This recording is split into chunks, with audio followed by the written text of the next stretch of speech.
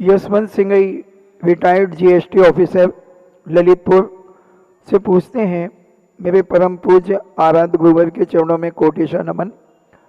महाराज जी, हम लोग तीर्थ क्षेत्रों की वंदना के लिए जाते हैं और उस समय हमारे किस प्रकार के भाव होना चाहिए जिससे हमारे कर्मों की निर्जमा और पुण्य का बंध हो? संसार से पार होने का भाव होना चाहिए। तीर्थ का अर्थ होता है घाट।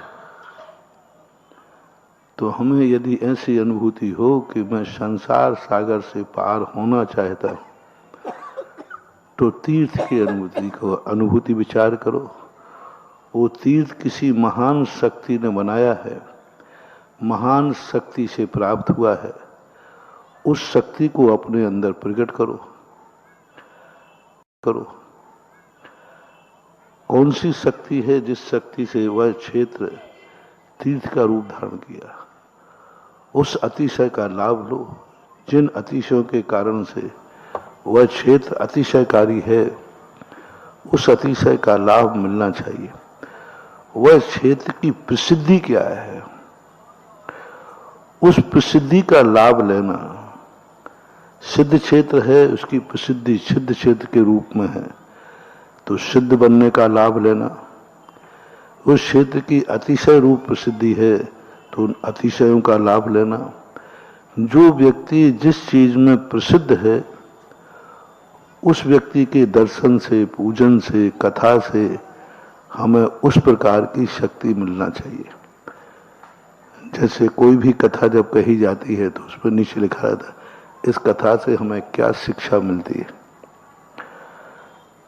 हमें अंजन चोर की कथा पढ़ने से हमें अंजन चोर किस में प्रसिद्ध हुआ है?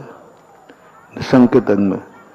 तो हमारे अंदर निसंकेतपना जागना चाहिए।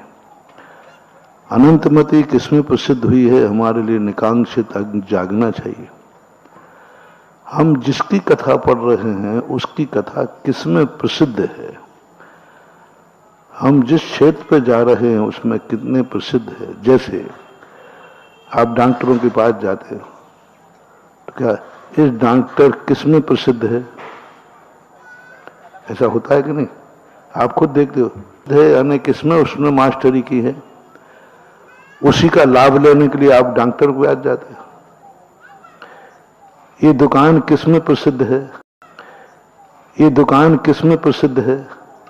वह माल खरीदने दुकान पे जाते हो।